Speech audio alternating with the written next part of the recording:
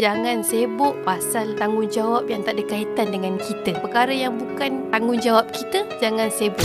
Okay, berbalik pada topik tips je. Kalaulah kita nak join orang yang tengah bersembang, kita tak nak orang kata kita sombong, boleh. Pertama sekali, kita kena clear. Adakah aku join ini, aku cukup lengkap? Aku kena lengkapkan diri aku dengan cara pertama, tahu kaedah ni. Jangan sibuk pasal tanggungjawab yang tak ada kaitan dengan kita. Perkara yang bukan tanggungjawab kita, jangan sibuk. Apa dia contoh? Kalau tanggungjawab kita, contoh kalau orang sembang berbincang mengenai topik penderaan guru kepada anak murid.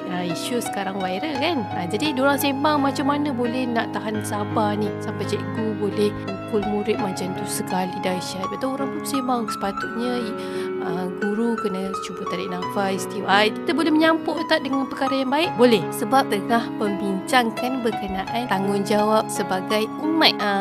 Tapi kalau perkara yang dibincangkan itu, kita kena bijak menilai. Kalau dia sembang berkenaan dengan perihal orang lain, iaitu mengumpat. Contoh, kita kata, Saloma tu tak lalat dia besar 3 inci dekat dahi, serabut aku nak tengok dia. Kalau cakap dia tak khusyuk kan? Jadi kita berada kat situ, kita kata, adakah perlu kita nak menambah asam garam? Tapi kita kena nilai bahawa perkara tersebut tak sepatutnya aku sibuk kan, sebab ia bukan tanggungjawab kita. Dan perkara tu pun tak ditanya oleh Allah Ta'ala berkenaan tak lalat Saloma. Jadi tak payah nak sibuk-sibuk